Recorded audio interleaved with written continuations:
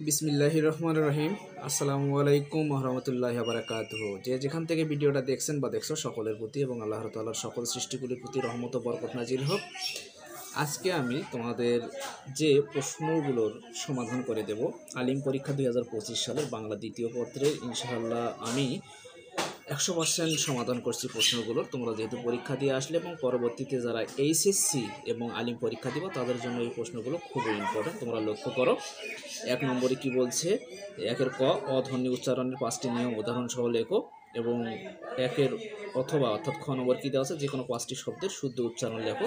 তোমরা লক্ষ্য করো, এখানে আমি 1 নম্বরের সমাধানগুলো করছি, যে 1-এর শুদ্ধ উচ্চারণ।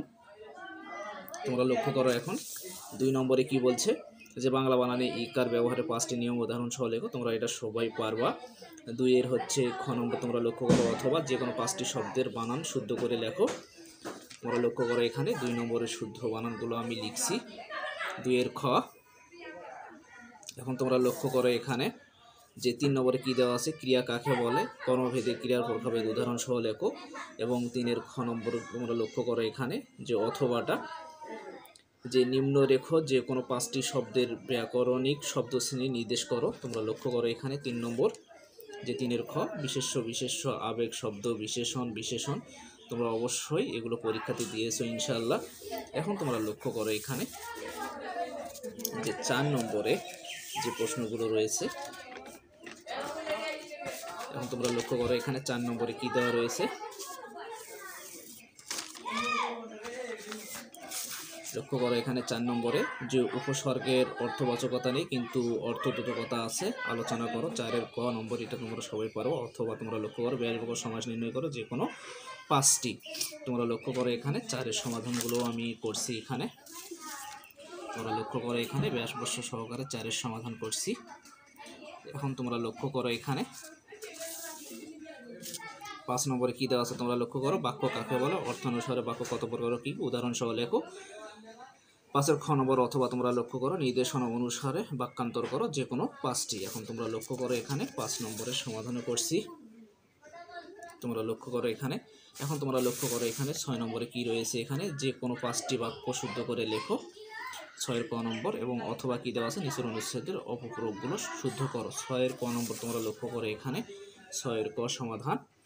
এখন তোমরা লক্ষ্য করো এখানে 7 নম্বরে কি দেওয়া রয়েছে, যে কোনো 7-এর পর যে কোনো 10টি শব্দের পারিভাষিক রূপ লেখো। এখন তোমরা লক্ষ্য করো এখানে 7-এর ক সমাধান। 7-এর ক অ্যাক্টিং ভারপ্রাপ্ত, ক্যাবিনেট, মন্ত্রী পরিষদ, এডিটর, সম্পাদক, ফিকশন, কথা সাহিত্য, অ্যাক্টিভ মানে অষ্টক, প্রিন্সিপাল নীতি, নোটিশ মন্তব্য, ইন্ডেক্স সূচি, ভ্যালিড বৈধ, পার্লামেন্ট সংসদ। নিশ্চয়ই ইনশাল্লাহ তোমাদের পরীক্ষা ভালো হয়েছে। এখন তোমরা লক্ষ্য করো এখানে যে 8 নম্বরে কি দেওয়া রয়েছে, প্রতিলিপি 3 লিপি রচনা করো অথবা প্রতিবেদন রচনা করো। এবং 9 নম্বরে কি বলছে, যে ইমেইল রচনা করো অথবা আবেদনপত্র লেখো। 10 নম্বরে সারাংশ লেখো অথবা ভাব সম্প্রসারণ লেখো।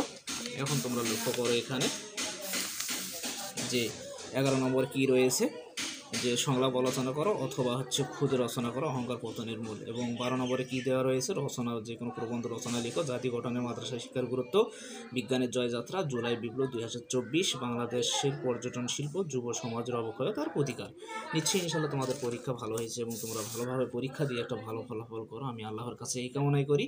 আর সর্বশেষ কথা হচ্ছে, আমার এই ভিডিওটা দিয়ে যদি তোমাদের কিঞ্চিত পরিমাণ কোনো উপকার আসে, তোমরা অবশ্যই আমার এই চ্যানেলটাকে লাইক, কমেন্ট এবং সাবস্ক্রাইব করো। তোমরা সবাই ভালো থাকো, সুস্থ থাকো। আল্লাহ হাফিজ।